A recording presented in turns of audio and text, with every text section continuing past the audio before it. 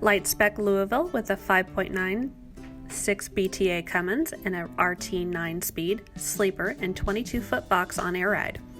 Deluxe interior with factory power windows, AC, etc. Originally bought in Texas for moving small forklifts, now it's being used as a toy hauler and for whatever odd jobs come up around here. New bumper, rear hitch plate, and a little rust repair on the cab floor are the immediate plans.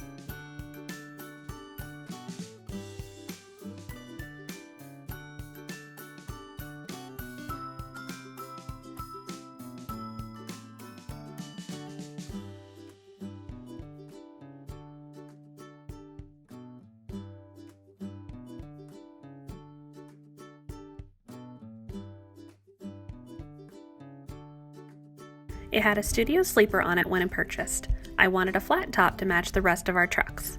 At the time, I couldn't find what I wanted, so I bought a sleeper for a salvage yard to put it on it. I added air ride to the cab and sleeper by adding subframe under them. It has a rebuilt 525 N14 Cummins, 18 speed, and 355 rears. It pulls a flatbed around the Midwest.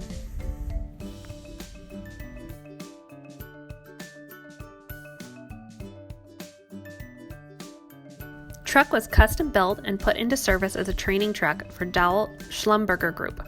The truck was originally new with orange cab, orange frame, and at some point painted to its current color scheme to match the Schlumberger equipment.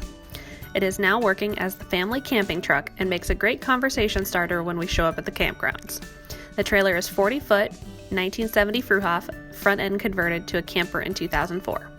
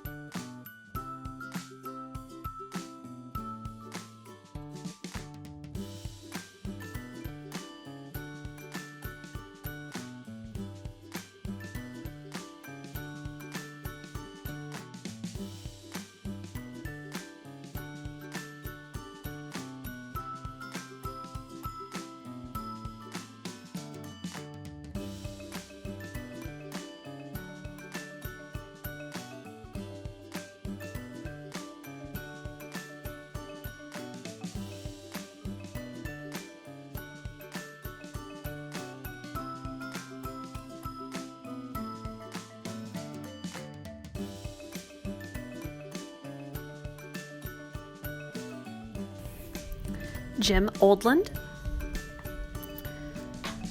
Truck number 182 is a special truck in the fleet recently redone to a longtime driver Larry Myers specifications. It has a Cat 475 with an 18-speed transmission and too many custom features to list, and is seen at many ATA shows on the West Coast. A daily driver, but years after restoration looks like a trailer queen.